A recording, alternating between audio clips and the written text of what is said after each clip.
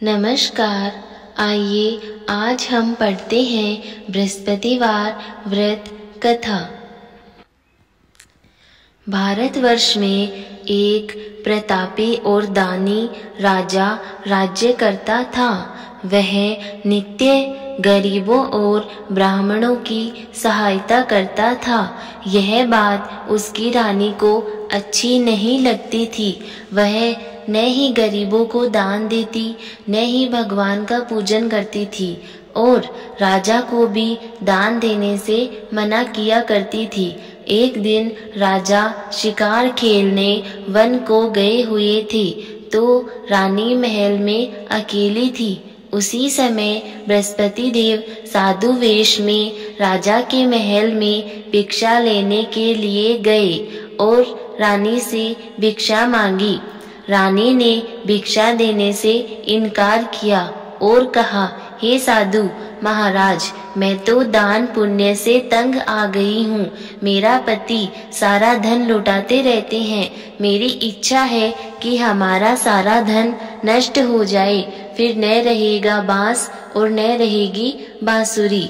साधु ने कहा, देवी तुम तो बड़ी विचित्र हो। धन संतान तो सभी चाहते हैं, पुत्र और लक्ष्मी तो पापी के घर भी होने चाहिए। यदि तुम्हारे पास अधिक धन है तो भूखों को भोजन दो, प्यासों के लिए प्याऊ बनवाओ, मुसाफिरों के लिए धर्मशालाएं खुलवाओ। जो निर्धन अपनी कुंवारी कन्याओं का विवाह नहीं कर सकते उनका विवाह करा दो। ऐसे और कई काम हैं जिनके करने से तुम्हारा यश लोक परलोक में फैलेगा। परंतु रानी पर उपदेश का कोई प्रभाव न पड़ा। वह बोली, महाराज आप मुझे कुछ न समझाएं। मैं ऐसा धन नहीं चाहती जो हर जगह बांटती फिरूं। साधु ने उत्तर दिया, यदि तुम्हारी ऐसी इच्छा है तो तथास्तु। तुम ऐसा करना कि बृहस्पतिवार को घर लीपकर पीली मिट्टी से अपना सिर धोकर स्नान करना, भट्टी चढ़ाकर कपड़े धोना। ऐसा करने से आपका सारा धन नष्ट हो जाएगा। इतना कहकर वह साधु महाराज वहां से आलोप हो गए। साधु के अनुसार कई बातों को पूरा करते हुए रानी को केवल 3 बृहस्पतिवार ही बीते थे कि उसकी समस्त धन संपत्ति नष्ट हो गई। भोजन के लिए राजा का परिवार तरसने लगा। तब एक दिन राजा ने रानी से बोला कि हे रानी, तुम यहीं रहो, मैं दूसरे देश को जाता हूँ, क्योंकि यहाँ पर सभी लोग मुझे जानते हैं, इसलिए मैं कोई छोटा कार्य नहीं कर सकता। ऐसा कहकर राजा परदेश चला गया। वहाँ वह जंगल से लकड़ी काट कर लाता और शहर में बेचता। इसी तरह वह अपना जीवन व्यतीत करने लगा। इधर राजा के परदेश जाते ही रानी और दासी दुखी रहने लगी।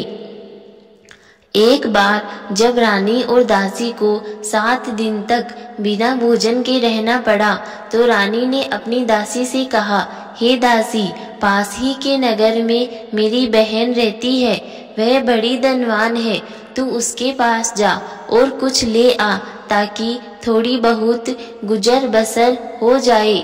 दासी रानी की बहन के पास गई। उस दिन गुरुवार था। रानी की बहन उस समय बृहस्पतिवार व्रत की कथा सुन रही थी। दासी की बहन रानी का संदेश दिया, लेकिन रानी की बड़ी बहन ने कोई उत्तर नहीं दिया।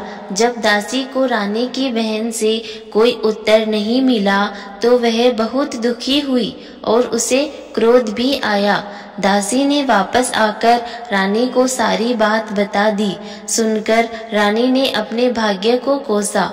उधर रानी की बहन ने सोचा कि मेरी बहन की दासी आई थी, परंतु मैं उससे नहीं बोली, इससे वह बहुत दुखी हुई होगी। कथा सुनकर और पूजन समाप्त करके वह अपनी बहन के घर आई और कहने लगी, हे बहन, मैं बृहस्पतिवार का व्रत कर रही थी। तुम्हारी दासी मेरे घर आई थी, परंतु जब तक कथा होती है तब तक न तो उठते हैं और न ही बोलते हैं, इसलिए मैं नहीं बोली। कहो दासी, क्यों आई थी?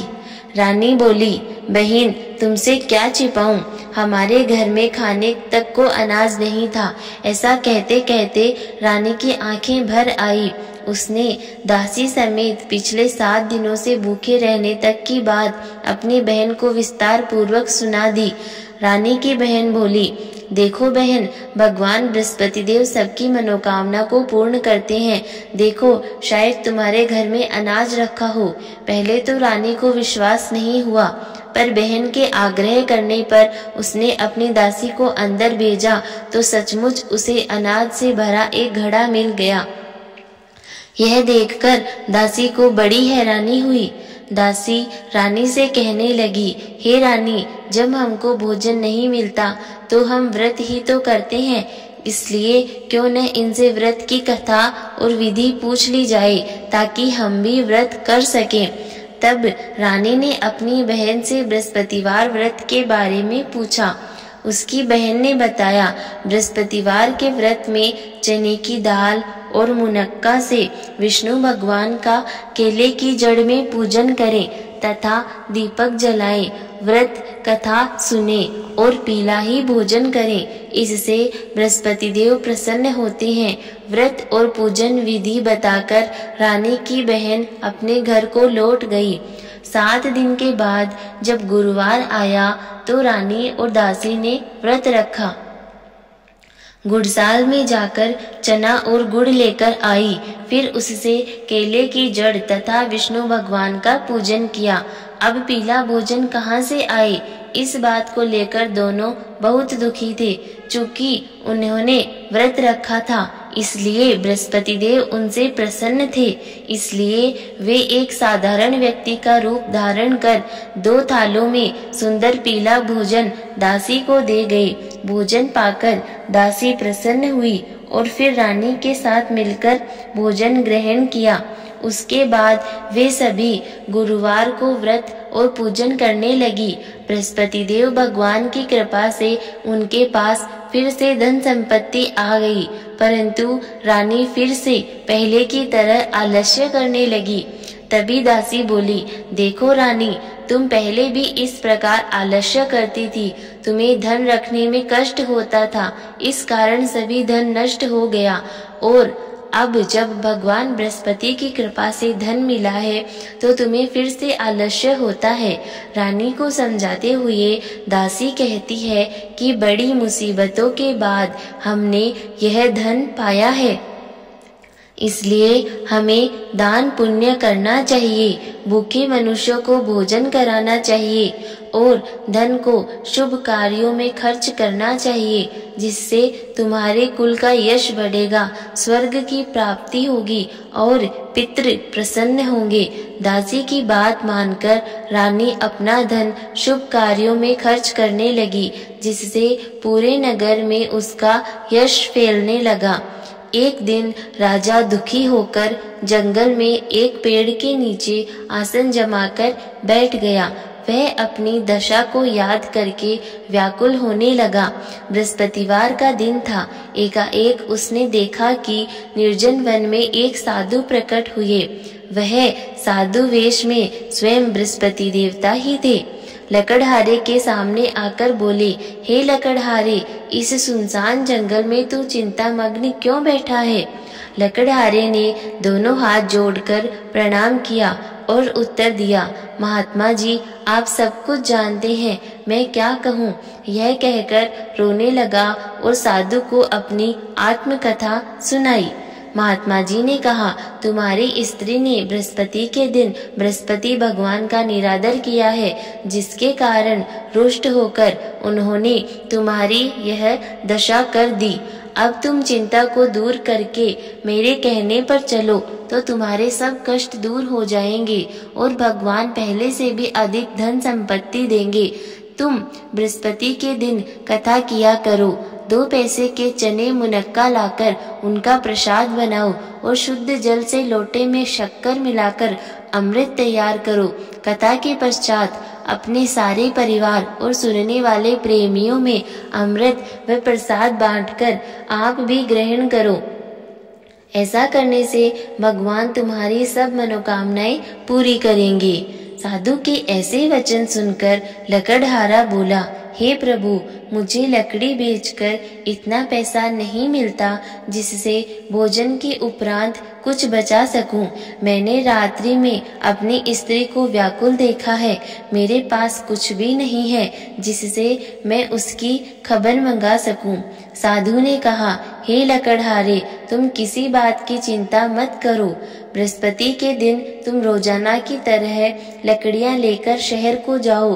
तुमको रोज से दुगुना धन प्राप्त होगा, जिससे तुम भली भांति भोजन कर लोगे तथा बृहस्पति देव की पूजा का सामान भी आ जाएगा। इतना कहकर साधु अंतर्ध्यान हो गए। धीरे धीरे समय व्यतीत होने पर फिर वही बृहस्पतिवार का दिन आया। लकड़हारा जंगल से लकड़ी काटकर किसी शहर में बेचने गया। उसे उस दिन और दिन से अधिक पैसा मिला। राजा ने चना, गुड़ आदि लाकर गुरुवार का व्रत किया। उस दिन से उसके सभी क्लेश दूर हुए। परंतु जब दोबारा गुरुवार का दिन आया तो बृहस्पतिवार का व्रत करना भूल गया। इस कारण बृहस्पति भगवान नाराज हो गए। उस दिन उस नगर के राजा ने विशाल यज्ञ का आयोजन किया तथा शहर में यह घोषणा करा दी कि कोई भी मनुष्य अपने घर में भोजन न बनावे, आग न जलावे। समस्त जनता मेरे यहाँ भोजन करने आवे। इस आज्ञा को जो न मानेगा उसे फांसी की सजा दी जाएगी। इस तरह की घोषणा संपूर्ण नगर में करवा दी गई। राजा की आज्ञा अनुसार शहर के सभी लोग भोजन करने गए, लेकिन लकड़हारा कुछ देर से पहुंचा, इसलिए राजा उसको अपने साथ घर लिवा ले गए और ले जाकर भोजन करा रहे थे तो रानी की दृष्टि उस खूंटी पर पड़ी जिस पर उसका हार लटका हुआ था। वह वहां पर दिखाई नहीं दिया। रानी ने निश्चय किया कि मेरा हार इस मनुष्य यानी कि राजा ने ही चुरा लिया है। उसी समय सिपाहियों को बुलाकर उसको कारागार में डलवा दिया। जब लकड़हारा कारागार में पड़ गया और बहुत दुखी होकर विचार करने लगा कि न जाने कौन से पूर्व जन्म के कर्म से मुझे यह दुख प्राप्त हुआ है, और उसी साधु को याद करने लगा जो कि जंगल में मिला था। उसी समय तत्काल बृहस्पति देव साधु के रूप में प्रकट हुए और उसकी दशा को देखकर कहने लगे, अरे मूर्ख, तुमने बृहस्पति देव की कथा नहीं करी, इस कारण तुझे दुख प्राप्त हुआ है। अब चिंता मत कर। बृहस्पतिवार के दिन कारागार के दरवाजे पर 4 पैसे पड़े मिलेंगे। उनसे तू बृहस्पति देव की पूजा करना, तेरे सभी कष्ट दूर हो जाएंगे। बृहस्पति के दिन उसे 4 पैसे मिले। लकड़हारे ने कहा, उसी रात्रि को बृहस्पति देव ने उस राजा के सपने में कहा, हे राजा, तुमने जिस आदमी को कारागार में बंद कर दिया है वह निर्दोष है, वह राजा है, उसे छोड़ देना। रानी का हार उसी खूंटी पर लटका है। अगर तू ऐसा नहीं करेगा तो मैं तेरे राज्य को नष्ट कर दूंगा।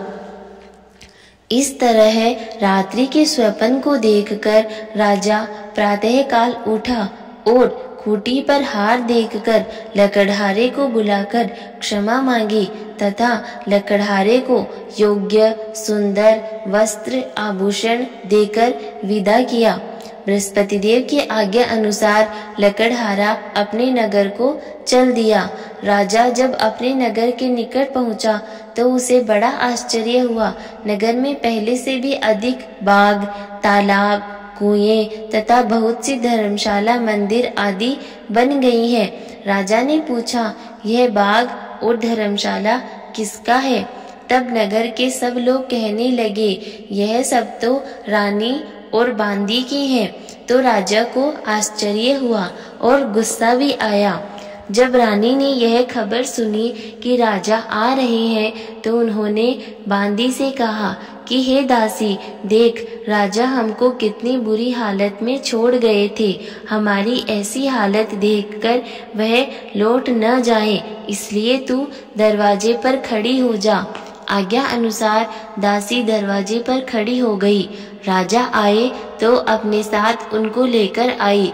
तब राजा ने क्रोध करके अपनी रानी से पूछा, यह धन तुम्हें कैसे प्राप्त हुआ है?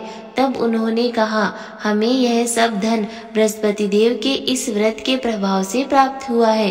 राजा ने निश्चय किया कि 7 रोज बाद तो सभी बृहस्पति देव का पूजन करते हैं, परंतु मैं प्रतिदिन दिन में 3 बार कहानी तथा रोज व्रत किया करूँगा।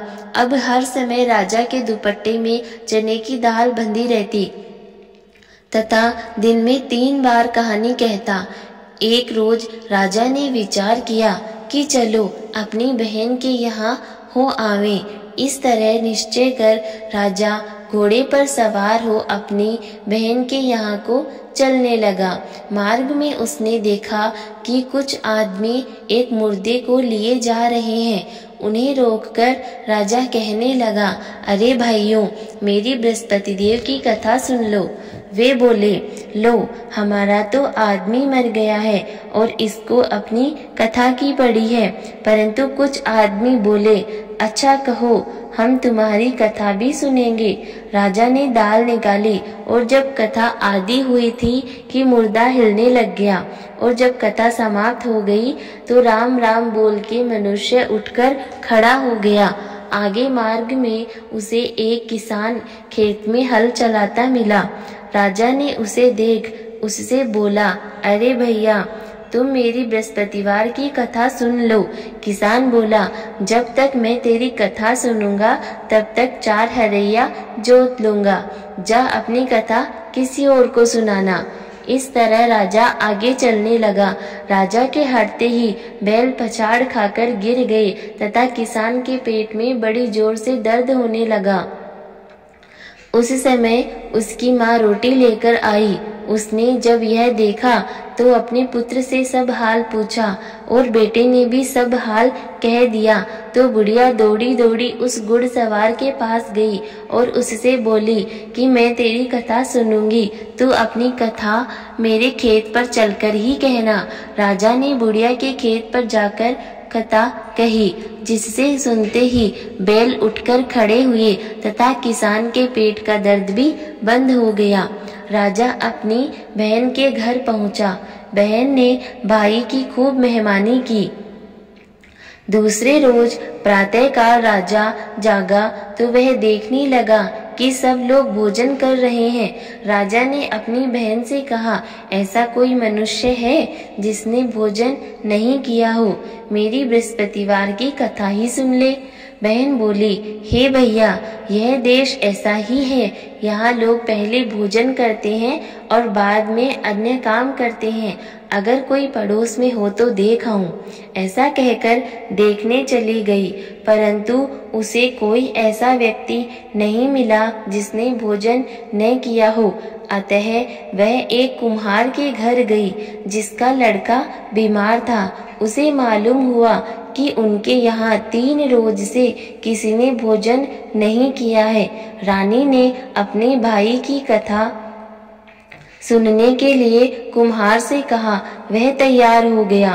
राजा ने जाकर बृहस्पतिवार की कथा कही, जिसको सुनकर उसका लड़का ठीक हो गया। अब तो राजा की प्रशंसा हर ओर होने लगी। एक रोज राजा ने अपनी बहन से कहा, हे बहन, हम अपने घर को जाएंगे, तुम भी तैयार हो जाओ। राजा की बहन ने अपनी सास से कहा। सास ने कहा, हाँ चली जा, परंतु अपने लड़कों को मत ले जाना, क्योंकि तेरे भाई की कोई औलाद नहीं है। बहन ने अपने भैया से कहा, हे भैया, मैं तो चलूंगी, परंतु कोई भी बालक नहीं जाएगा। राजा बोला, जब कोई बालक नहीं चलेगा तो तुम ही क्या करोगी? बड़े दुखी मन से राजा अपने नगर को लौट आया। राजा ने अपनी रानी से कहा, हम निर्वंशी हैं, हमारा मुँह देखने का भी धर्म नहीं है और कुछ भोजन आदि नहीं किया। रानी बोली, हे प्रभु, बृहस्पति देव ने हमें सब कुछ दिया है, वह हमें औलाद भी अवश्य ही देंगे। उसी रात को बृहस्पति देव ने राजा से स्वप्न में कहा, हे राजा, उठ, सभी सोच त्याग दे, तेरी रानी गर्भ से है। राजा की यह बात सुनकर बड़ी खुशी हुई। 9वें महीने में उसके गर्भ से एक सुंदर पुत्र पैदा हुआ। तब राजा बोला, हे रानी, स्त्री बिना भोजन के रह सकती है, पर बिना कहे नहीं रह सकती। जब मेरी बहन आवे तो तुम उसे कुछ मत कहना। रानी ने सुनकर हाँ कर दिया। जब राजा की बहन ने यह शुभ समाचार सुना तो वह बहुत खुश हुई तथा बधाई लेकर अपने भाई के यहाँ आई। तभी रानी ने कहा, घोड़ा चढ़कर तो नहीं आई, गधा चढ़ी आई। राजा की बहन बोली, भाभी, मैं इस प्रकार नहीं कहती तो तुम्हें औलाद कैसे मिलती? बृहस्पति देव ऐसे ही हैं, जिसके मन में जैसी कामनाएं हैं सभी को पूर्ण करते हैं। जो सद्भावना पूर्वक बृहस्पतिवार का व्रत करता है एवं कथा पढ़ता है अथवा सुनता है, दूसरों को सुनाता है, बृहस्पति देव उसकी सभी मनोकामना पूर्ण करते हैं। सभी बोलिए विष्णु भगवान की जय हो। इसके बाद हम विष्णु भगवान की आरती करेंगे। ओम जय बृहस्पति देवा, तुम पूर्ण परमात्मा, तुम अंतर्यामी हो स्वामी, तुम अंतर्यामी। जगत पिता जगदीश्वर, जगत पिता जगदीश्वर, तुम सबके स्वामी। ओम जय बृहस्पति देवा, चरणामत निज निर्मल, सब पातक हरिता हो स्वामी, सब पातक हरिता। सकल मनोरथ दायक, सकल मनोरथ दायक, कृपा करो भरिता। ओम जय बृहस्पति देवा, तन मन धन अर्पण कर, जो जन शरण पड़े हो स्वामी, जो जन शरण पड़े। प्रभु प्रकट तब हो कर, प्रभु प्रकट तब हो कर, आकर द्वार खड़ी। ओम जय बृहस्पति देवा, दीन दयाल दयानिधि, भक्तन हितकारी हो स्वामी, भक्तन हितकारी। पाप दोष सब हरिता, पाप दोष सब हरिता, भव बंधन हारी। ओम जय बृहस्पति देवा, सकल मनोरथ दायक, सब संशय तारो स्वामी, सब संशय तारो। विषय विकार मिटाओ, विषय विकार मिटाओ, संतन सुखकारी। ओम जय बृहस्पति देवा, जो कोई आरती तेरी प्रेम सहित गावे हो स्वामी, प्रेम सहित गावे। ज्येष्ठानंद बंद सो सो, ज्येष्ठानंद बंद सो सो, निश्चय फल पावे। ओम जय बृहस्पति देवा। सभी बोलो बृहस्पति देव भगवान की जय हो। आपकी सभी मंगल कामनाएं परिपूर्ण हो। धन्यवाद।